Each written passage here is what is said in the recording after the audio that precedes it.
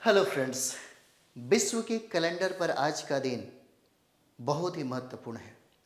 प्रत्येक वर्ष 8 मार्च को अंतर्राष्ट्रीय महिला दिवस मनाया जाता है। प्रत्येक 8 मार्च को। और यह दिन समाज में महिलाओं की भूमिका, संघर्ष और उनके योगदान की जो गाथा है, जो कहानी है, वह लिखा जाता है। हम लोग बात करते हैं आज का 8 मार्च। प्रत्येक वर्ष, प्रत्येक साल 8 मार्च को अंतर्राष्ट्रीय महिला दिवस मनाई जाती है। और ये जो महिला दिवस है, यानी कि समाज में महिलाओं की भूमिका, संघर्ष और सफलता को दर्शाता है। पहला महिला दिवस मनाया गया है ना।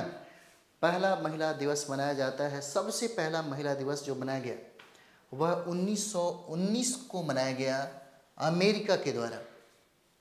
पहली बार जो महिला दिवस मनाया गया वह महिला दिवस एक समाजवादी पार्टी के द्वारा मनाया गया। समाजवादी पार्टी ने ही इसको तरजीह दिया कि अंतर्राष्ट्रीय महिला दिवस के रूप में इसको मनाना चाहिए। और अमेरिका ने सबसे पहले इसको, है ना, पहला महिला दिवस मनाया।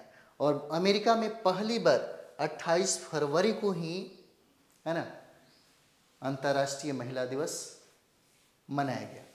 उसके बाद हम लोग जो देखते हैं, दूसरा जो पॉइंट है, यानी कि संयुक्त राष्ट्र द्वारा पहली बार 1975 में अंतर्राष्ट्रीय महिला दिवस मनाया गया, 1975 में। उसके बाद 2011 में अंतर्राष्ट्रीय महिला दिवस की 100वीं वर्षगांठ मनाई गई। 100 2011 में अंतर्राष्ट्रीय महिला दिवस की 100वीं वर्षगांठ मनाई गई। यानी कि महिला दिवस के लिए बैगनी रंग जो प्रतीक है वह न्याय, गरिमा का प्रतीक हो जाता है। बैगनी रंग जो है इसका महत्व है। महिला दिवस के लिए बैगनी रंग का इस्तेमाल जो किया जाता है उसका महत्व है, न्याय, गरिमा का यह प्रतीक हो जाता है। भारत में राष्ट्रीय महिला दिवस कब मनाया जाता है? तो राष्ट्रीय महिला दिवस 13 फरवरी को मनाया जाता है ना। 13 फरवरी को राष्ट्रीय महिला दिवस मनाया जाता है। और यह राष्ट्रीय महिला दिवस सरोजनी नायडू के जयंती पर मनाया जाता है। सरोजनी नायडू के जयंती पर मनाया जाता है। अगर देखा जाए तो सरोजनी नायडू के संदर्भ में कई बार प्रश्न पूछते हैं। तो सरोजनी नायडू के जयंती पर मनाया जाता है राष्ट्रीय महिला दिवस।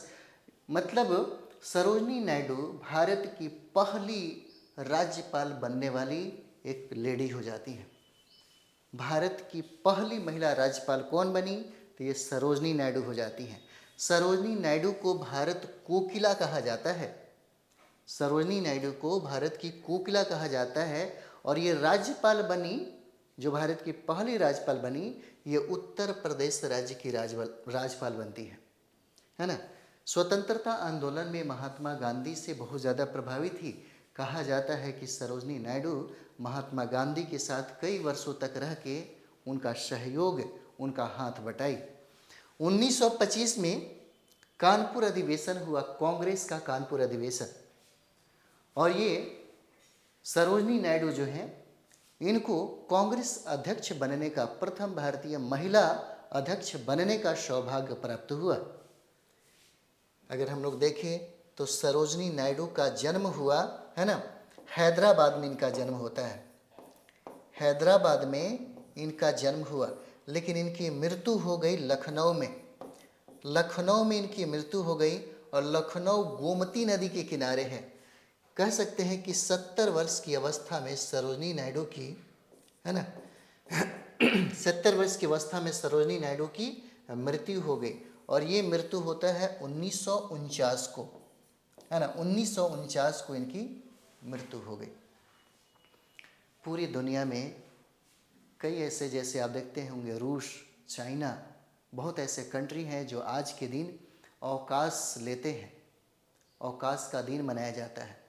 यह महिलाओं के लिए बहुत ही महत्वपूर्ण पर्व हो जाता है ना।